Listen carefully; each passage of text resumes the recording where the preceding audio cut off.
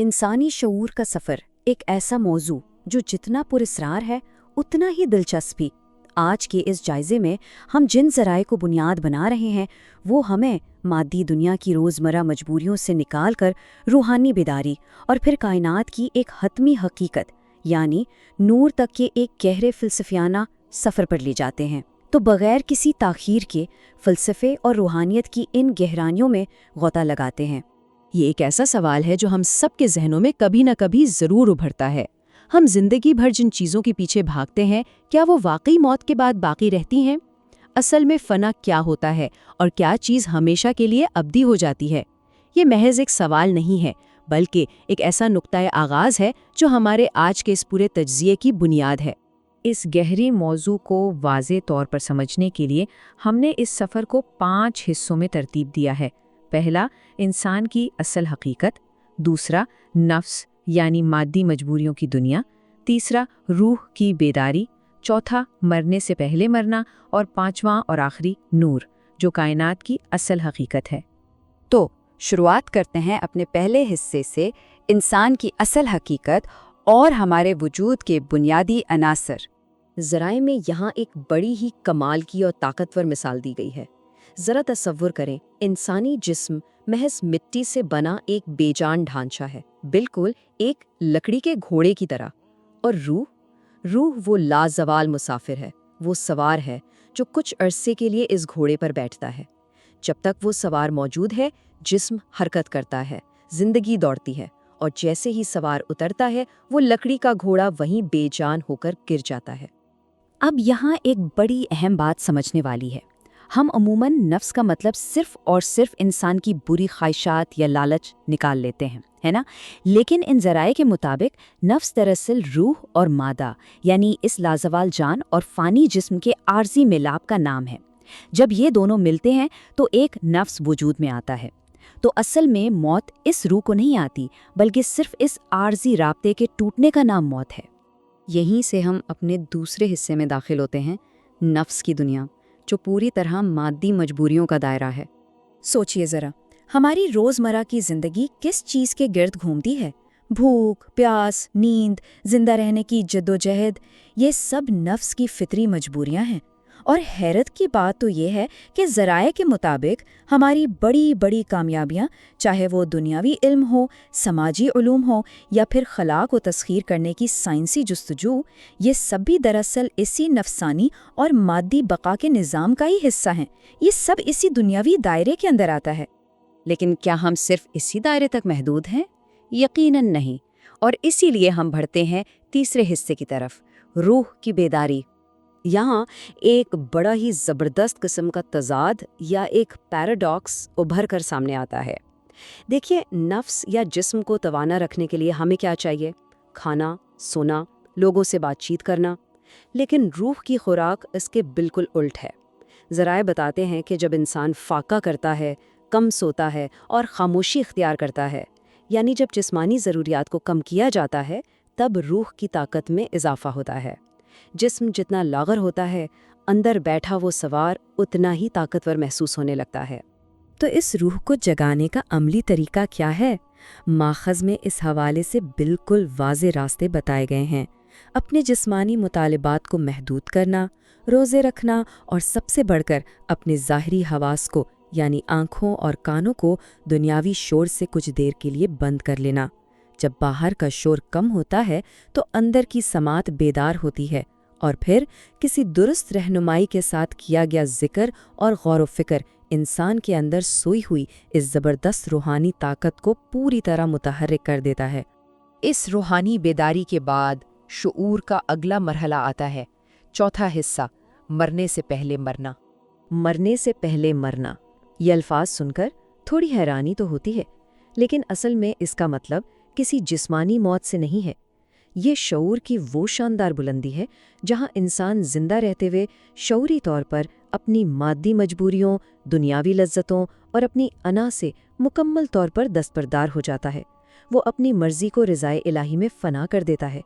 ذرائع ہمیں بتاتے ہیں کہ جو شخص اس کیفیت کو پالے اسے عرفان نفس کی منزل مل جاتی ہے، اور پھر اس کے دل سے موت کا ہر طرح کا خوف ہمیشہ کے لیے ختم ہو جاتا ہے۔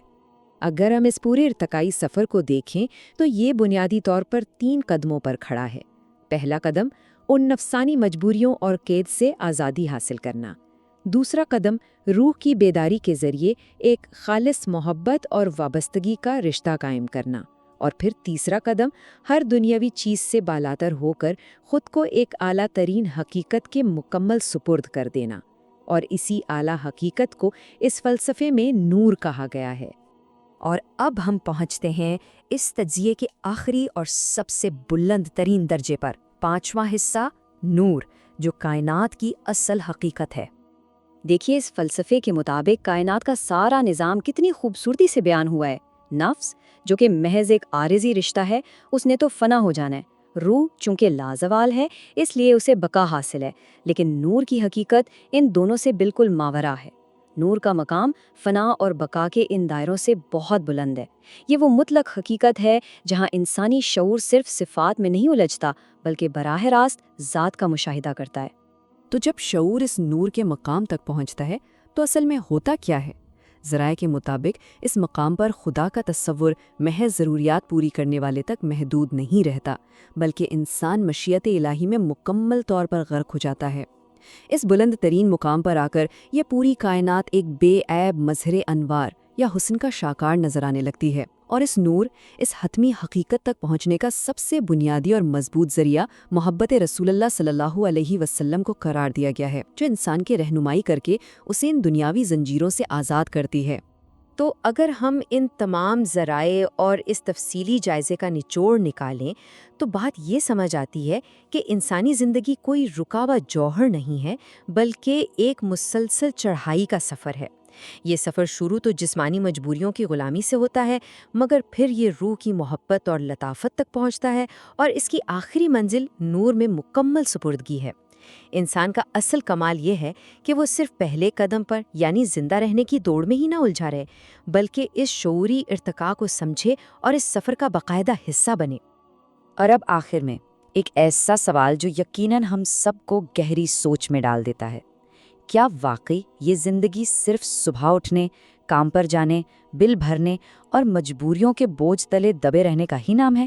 یا پھر یہ ہمارے اندر چھپی ہوئی اس لازوال روح کو بیدار کرنے اور کائنات کی سب سے عظیم نورانی حقیقت کو تلاش کرنے کا ایک شاندار موقع ہے؟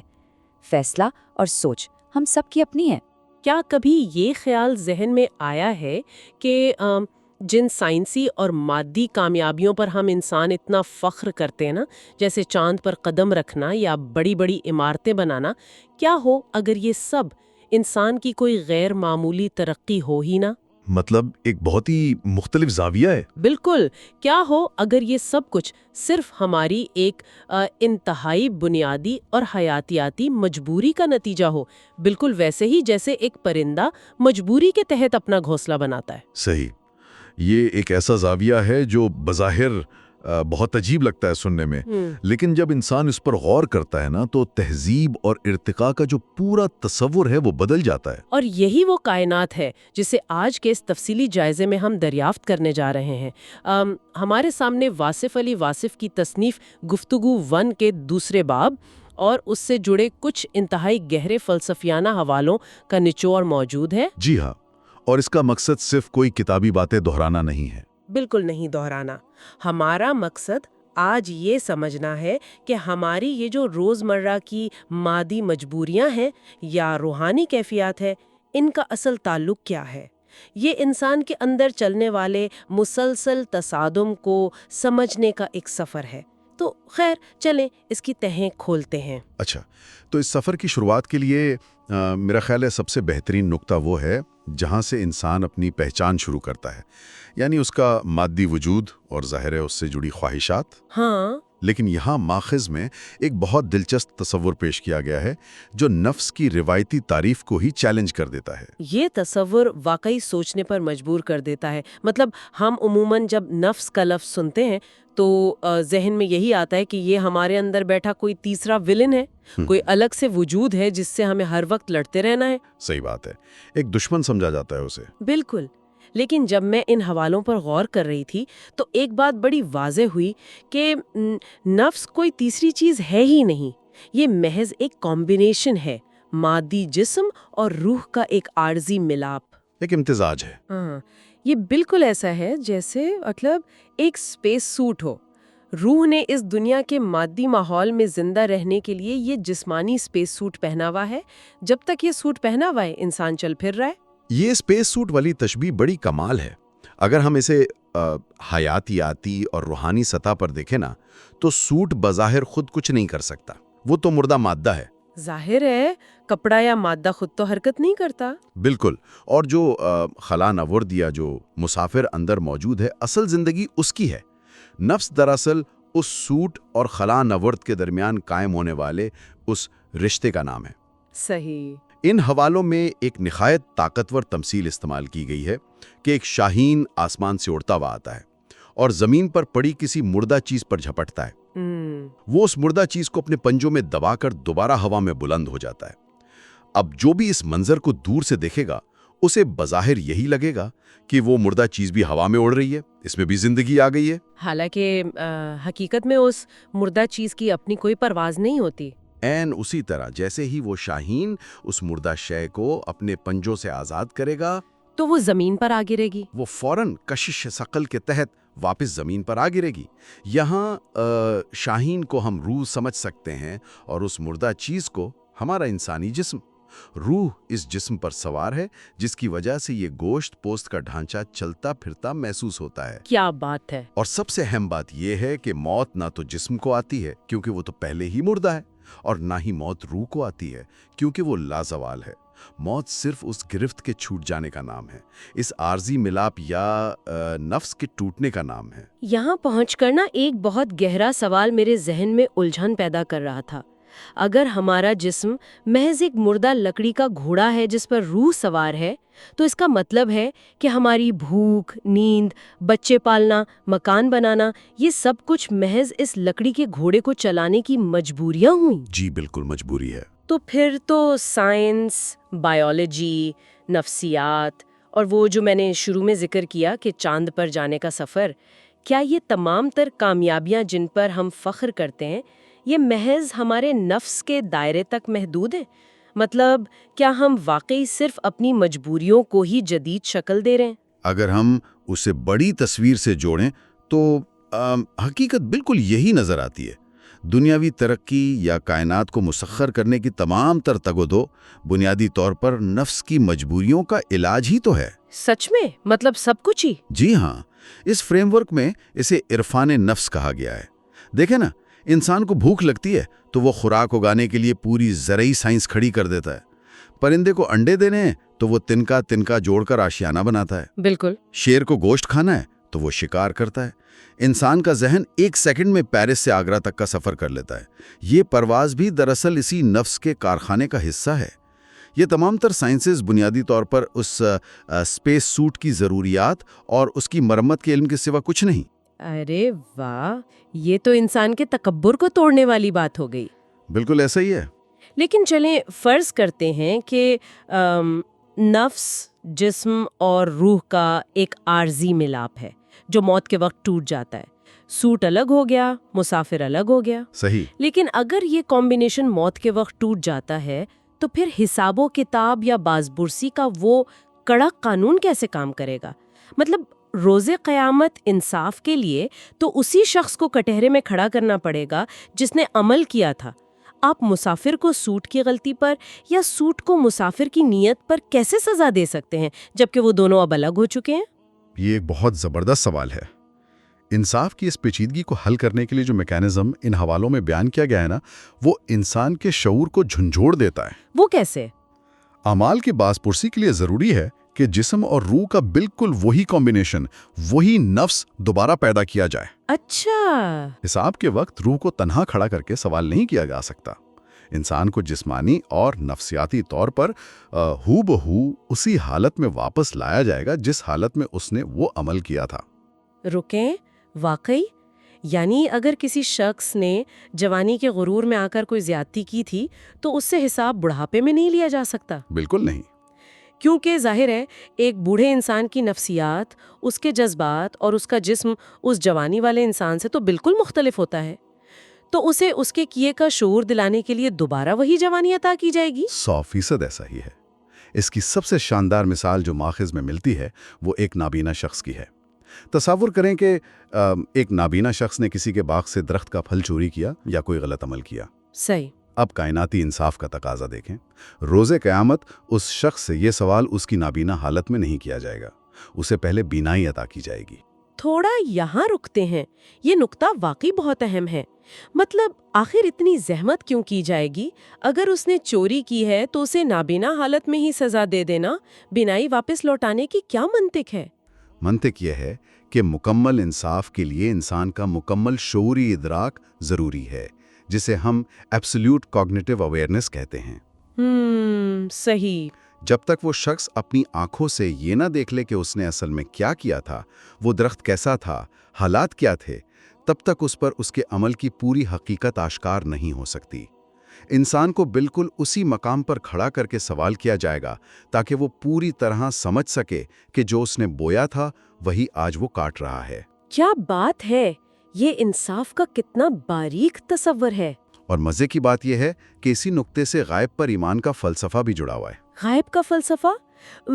ہم عموماً بس یہ مان لیتے ہیں کہ اللہ نظر نہیں آتا تو ہم غائب پر ایمان رکھتے ہیں، لیکن اس باز پرس کے قانون کے ساتھ اس کا کیا تعلق بنتا ہے؟ تعلق یہ ہے کہ انسان کا اصل امتحان اسی پردے میں چھپا ہے۔ اللہ تعالیٰ نے اس دنیا کی مہلت میں یہ شرط رکھی ہے کہ وہ غائب رہے گا۔ جو لوگ اس نظر نہ آنے والی موجودگی کا احساس کر کے اپنے اعمال درست کرتے ہیں، اصل کامیابی ان کی ہے۔ بالکل۔ کیونکہ جب موت کے بعد ذات مکمل طور پر سامنے آ جائے گی، پردہ ہٹ جائے گا، تب تو ہر کوئی سجدے میں گر پڑے گا۔ لیکن اس وقت ڈرنے کا کوئی فائدہ نہیں، کیونکہ غائب والا امتحان تو ختم ہو چکا ہوگا۔ یہ ثابت کرتا ہے کہ انسان اپنے ہر عمل کا مکمل ذمہ دار ہے۔ تو خیر، ہم نے یہ سمجھ لیا کہ نفس کیا ہے اور اس عارضی خول میں کیے گئے اعمال کی حتمی ذمہ داری کیسے انسان پر ہی عائد ہوتی ہے۔ اب ایک بہت ہی عملی سوال ابھرتا ہے میرے ذہن میں۔ جی بتائیں۔ ہم اس مادی دنیا میں رہ رہے ہیں، ہمارے ارد گرد اسی اسپیس سوٹ کی ضرورتوں کا شور مچا ہوا ہے۔ اگر یہ جسم ایک لکڑی کا گھوڑا ہی ہے تو ہم اس سوار کو یعنی اپنی روح کو کیسے طاقتور بنا سکتے ہیں؟ کیونکہ جسم تو فانی ہے مگر روح فانی نہیں ہے۔ دیکھیں، روح کی نشو نما کا اصول جسم کی نشو نما سے بالکل الٹ ہے۔ اچھا، وہ کیسے؟ جسمانی دنیا میں انسان جتنا اچھا کھاتا ہے، جتنا آرام کرتا ہے، وہ اتنا توانا محسوس کرتا ہے۔ لیکن روحانی دنیا کا پیمانہ یہ ہے کہ جب تک آپ جسمانی تقاضوں کا بوجھ کم نہیں کرتے، روح کو پرواز کی طاقت نہیں ملتی۔ مطلب ہم جسم کو کمزور کریں؟ ایک حد تک جی۔ حوالے اس بات پر زور دیتے ہیں کہ روح کو تقویت دینے کے لیے جسمانی خواہشات کو کم سے کم کرنا پڑتا ہے۔ کم سونا، کم کھانا، فاقہ کشی، یہ وہ ریاضتیں ہیں جو وجود کے ظاہری دروازے بند کر دیتی ہیں۔ یہ بالکل ایسا ہے جیسے آپ کسی انتہائی ضروری فائل کو ڈاؤن لوڈ کرنے کے لیے اپنے فون کو ایئرپلین موڈ پر لگا دیتے ہیں۔ ارے واہ، بہترین مثال ہے نا؟ جب تک آپ کے فون پر باہر سے کالز یا میسیجز کا شور مچا رہے گا، آپ کا دھیان بھٹکتا رہے گا اور وہ اندرونی پروسیس مکمل نہیں ہو سکے گا۔ بالکل صحیح بات ہے۔ اسی طرح جب تک ہم اپنے ظاہری حواس جیسے آنکھ، کان کو دنیاوی شور سے بند نہیں کرتے، ہمیں وہ دھیمی اور خوبصورت اندرونی آواز سنائی نہیں دے گی۔ کیا اسی کیفیت کو وہ جو مشہور اصطلاح ہے مرنے سے پہلے مرنا کہا جاتا ہے؟ جی ہاں، مرنے سے پہلے مرنا کا فلسفہ بالکل یہی ہے۔ اس کا مطلب کوئی جسمانی خودکشی نہیں ہے، بلکہ یہ شعوری طور پر اپنی انا اور ان مادی مجبوریوں سے خود کو علیحدہ کر لینے کا نام ہے۔ جب کوئی انسان اپنی ذاتی مرضی کو ختم کر کے خود کو کائناتی مشیت کے تابع کر دیتا ہے تو وہ جیتے جی موت کے اس پار کے حقائق سے آشنا ہونے لگتا ہے۔ اس کے باطنی حواس متحرک ہو جاتے ہیں، یعنی آنکھیں بند بھی ہوں تو کچھ نظر آتا ہے۔ بالکل، بصیرت جاگ اٹھتی ہے۔ اور یہاں ایک بہت گہری حقیقت سمجھنے والی ہے کہ نفس اور روح کی بیماریوں کا علاج بھی بالکل مختلف ہے۔ ہاں، یہ وہ نقطہ ہے کہ نفس کی مجبوری کا علاج تو دوائی سے ہو سکتا ہے۔ مطلب اگر میرے سر میں درد ہے تو میں ڈاکٹر کے پاس جاؤں گا، وہ گولی دے گا اور مسئلہ حل۔ لیکن روح کا درد دوائی سے کیوں نہیں جاتا؟ اس کی بنیادی وجہ دراصل یہ ہے کہ سائنس اور ادویات کا سارا علم اسی مادی خول تک محدود ہے۔ ڈاکٹر آپ کے سوٹ کو تو ٹھیک کر سکتا ہے، لیکن اندر بیٹھے مسافر کی بے چینی کو نہیں سمجھ سکتا۔ صحیح، تو پھر روح کا علاج کیا ہے؟ روح کی دنیا میں شفا کا واحد راستہ ذکر اور دعا ہے، اور ذکر سے مراد محض طوطے کی طرح الفاظ کو دہرانا نہیں ہے۔